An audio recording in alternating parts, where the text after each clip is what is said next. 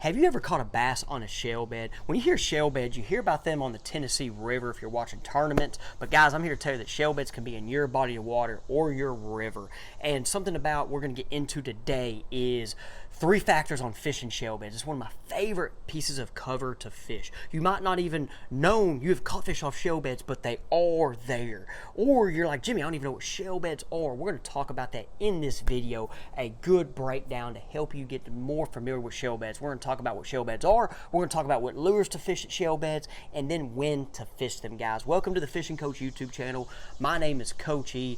Go by Coach E, Jimmy Easterling, but go by Coach, guys. Thank you for tuning in today. And we're going to talk about shell beds. Next week on the channel, I'm going to have a video where we caught fish actually on shell beds. Okay, right now we're going to do this talk. And if you are new to, not new, if you're familiar with me but didn't know, I was on the Fish the Moment YouTube channel for 2 years ago, but for a summer before I went to Declassify and others, I made a shell bed video that I've had people tell me is probably one of the best ones on YouTube. It's like a 25-minute video. I'll put that, guys, in the description, and you can watch it after this. It's a full breakdown. I'm going to give you like a summary, but it's a full breakdown, a big video that took me a long time to edit, okay? And appreciate it, guys. Let's go now get into the video. So shell beds. Shell beds, guys, mussel shells.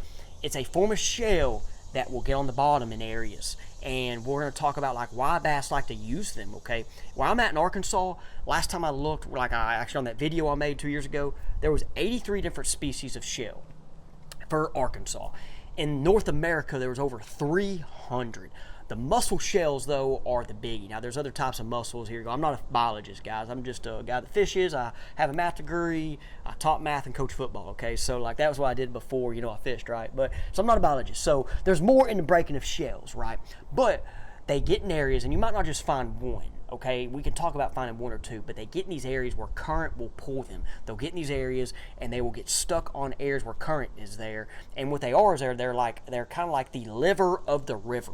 That's one quote I remember reading in a magazine from a biologist. So it's a filter in areas, a lake, river, to where there's going to be more oxygen, there's going to be more life, and then all of that brings in bait fish, gizzard shad, whatever, and then bass. I always heard about them on Tennessee River. Back KVD, all those guys are fishing these shell beds. Now those are giant, massive flats of them, and then at times you got to find the sweet spot. Where I'm at in Arkansas, you might find them about as big as my hood of my truck, like this section or a boat, and that's how they can be at Lake Fork. That's what I remember the first time really getting understanding the fishing was at Lake Fork, finding them at Lake Fork, and you know, fishing them, and then all of a sudden when you find them and you find bass that are there eating, it goes down. It does, and it's sneaky. It's not hard. It's not easy to find. They're hard to find. You can find them on side scan, but you got to know what you're looking for. And it's not easy. How I always found them, guys, was with like jigs and big jig head worms, like 5/8 out Magnum jig head size worm. And when you find them, you always hear this term hard spot, but it's like a rhythm. You're going down this hard spot, and it's like boom, boom, boom, boom. But like when you find rock, you know, it's like dun, dun, dun. It's not a rhythm. So that's how you kind of find them. But now where you find them at, though, guys, as I said earlier, current pulls in areas. They'll clamp on to areas, and then they'll form. They can be lively. People will find them with crankbaits. You'll pull them up with your crankbaits. At times you can find them on your crankbait. But guys, where they're going to be is typically higher spots. That's where you find the easy ones at. They can be in lower areas too. Let's say your lake goes low. Lake Fork, for example, it had that 6-foot drawdown. Then it came back up. When it had that 6-foot drawdown, there's current areas, they formed. And then the lake goes back up, and they're deeper. Those are the sneaky ones. Same as the Tennessee River. There's times where it fluctuates, and they're going to get in areas, and it goes up. But typically, you find them in higher areas, like 2 to 6 foot, okay? And that could be deeper. Like I said, Lake Fork, I fished some in 15 to 20 foot. That was due to the drawdown, and then they kind of get there where there's some current in some areas, and the lake goes back up, and they still will live. And those are the sneaky ones. But your currents, and sometimes on lakes, Highland Reservoir, like they're hard to find down the lake. Lake Ouachita, for example. You might find them up in the rivers. I found some up the Highway 27 bridge when I went up there last month. There's going to be some of those little river sections. Table Rock Lake, guys. Johnny found some in the James River. I showed that area. We broke it down, actually, on that shell bed video on Fish the Moment that I made. So you can find them. Grand Lake has them. You can, guys, I'm telling you, there's a good spot, your lake, if there's a river coming in, you can find them, okay? But on your lower section of the lake, a lot harder to find. Lake Ouachita, for example, I go out there and pontoon boat, tent, and all that stuff, guys, and I found them on islands before. Just walking on the island when the lake's low, there's rock, and they'll mix in with that rock, and then I found mussel shells. So you can find them, but they're harder to find in that lower section. Sometimes you might be catching a lot of fish there, and you're wondering why they're there. Well, that could be part of the reason. So, guys, it's the liver of the river. Baits. Crankbaits is a big deal, guys, always. But you really can throw any of your traditional things. But once you find what they're eating, stick with it. That was always my deal. Like Tennessee River, you hear the crankbait, then you hear the, the jigs you can still throw. Like drop shots now, a new one, because like they've been found more. People along the Tennessee River, like they know about them and they find them, and people are better fishermen, like I've said, than ever. So they find these areas and the fish get picked on. The hair jigs, guys. But for me, my favorite lures is going to be a crankbait and then a jig head worm, and I'm talking like a big Magnum finesse trick worm. Okay, we're talking 5/8 ounce head, weighted head, 7/0 hook, big worm. That's my favorite way to catch fish off of them. Lake Fork, I caught my 10-pounder with it off a shell bed, and caught many other fish with it that way. Millwood, guys, Millwood's my lake, and that's where my video next week's going to come out, is Millwood fishing shell beds. And there's sometimes it's a cover that gets overlooked, because like a place like Millwood, there's lily pads, hydrilla, 6-7 types of grass. When you go to Fork, you have wood, you have all your different structure, your points, and then you got your row beds and things. So shell beds can just get overlooked. Now, guys, with this, let's talk about when to fish them. Guys, that can vary, because it's not just a magical gold mine every time you found them. It can be, but there are still times where they feed and eat on them. For example, the Fork shell bed, when I caught the double digit off of it, and I had a great day there. It was a wonderful day. That video's on Fish of the Moment too. But that day, for example, I started off there, and I didn't get bit. Came back there at 10 o'clock, and it went down. So there are times with it.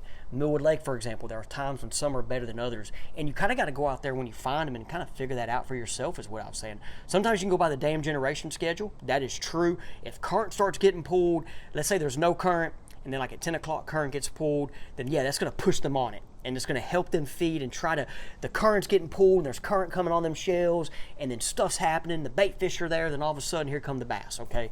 That's like textbook, but there still could be other times you can catch them on it. But that current's kind of like a trigger. I know like Lake Dardanelle has shell beds. I know people that fished them. Johnny's fished them. Johnny's made videos on them there.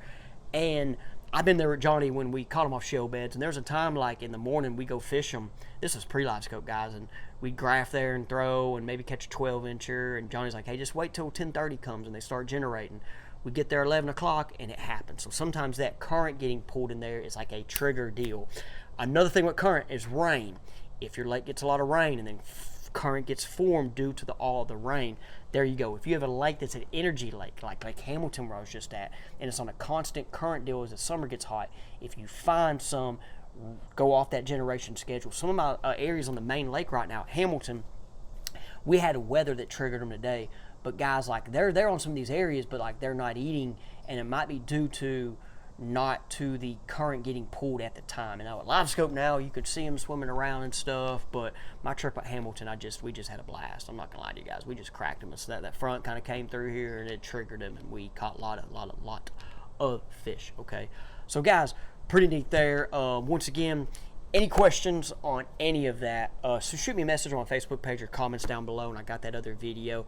Be ready for our video next week. It's me, and I have a guest. One of my very, very good friends is a guest. I haven't started that video yet, but I'm going to try to put a little time into it maybe, and it's going to be a fun day at Millwood. We caught a lot of fish, and y'all about to go be a part of it, okay? I've not been to Millwood in a while. If you know me, you know I love that lake. I have a lot of history there. It means a lot to me, and man, we went down there and had a blast, okay? And I had a blast with a really good friend. Okay, guys, now guys, let's go ahead and get to the Faith Juice segment. And I just went blank on what I was going to talk about, guys, for the segment. Okay, I had to remember when I got my little notes. Okay, so guys, one thing I talk about today is kind of your character and maturity. Okay, maturity as a man, all right, or a woman, lady, if you're a lady watching. I do have like 6% of my viewers are ladies, so thank y'all for watching if you're a lady watching. So talk about is your maturity as an adult, or if you're a kid, your maturity you're going to have, because we all can have downfalls, and and we can kind of say backwards in maturity. But as I've gotten older, I've gotten more mature,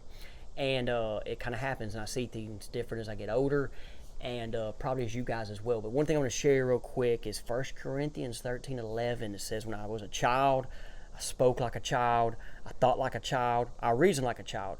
When I became a man, I put aside childish things, okay? And guys, one thing I know, my side, I want to share as a former coach. I mean, I'm still like a fishing coach, but like former football coach, baseball coach, track coach. I coached all, but mostly I was a football coach. I always saw parents and adults act like children, okay? In the stands, towards coaches, towards even their kids at times. And it kind of bothered me. And I always told myself, hey, when I get to that point, I don't want to do that. So I try to take it as learning opportunities. You know, and there's a lot of things. I know we all can mess up, you know, and if it's our kids, you know, there's some things, but there's just times where we're like, there's an event or a thing that can bring this out of you, this childish attitude out. So I don't know what it is for you, okay? I'm just sharing that as an example. It could be when maybe your wife does something that you don't like, okay? Let's try to respond better. It can be maybe in the boat when you miss and lose a fish. Guys, in the last few years, I forgot how many. It's been longer. Talking about being mature and growing up, here you go from my side of things. I don't get near mad anymore at fish like I used to when I lose them. If I see them, it's okay now. If it's like a 6, 7, 8, 9 pounder, I can get upset. But like I don't freak out. Mike Iaconelli go crazy. I like Mike Iaconelli. But like I don't act like it's the end of the world. I try to go back and catch another one. Or I'm just like, hey, thankfully I got the bite. Now, if I was fishing for $100,000, it might be different. But anyway, actually, no, because like KVD shows that perfect, like how he misses a fish and he goes right back at it. It's the whole saying, it's all about your attitude. So, but when I was younger, 16, 17, 18, if I lost a fish, I would, you know, go crazy. Or if I missed a fish, I would get mad. And that's something I've just grown out of, okay? So that's one thing. So whatever it is for you, let's work on it, okay? Of not being like a child, being more mature as an adult, as a man or lady, okay? Appreciate it, guys. Thank y'all for watching the video today. Come back next week on the Fishing Coach YouTube channel. We will see you next week.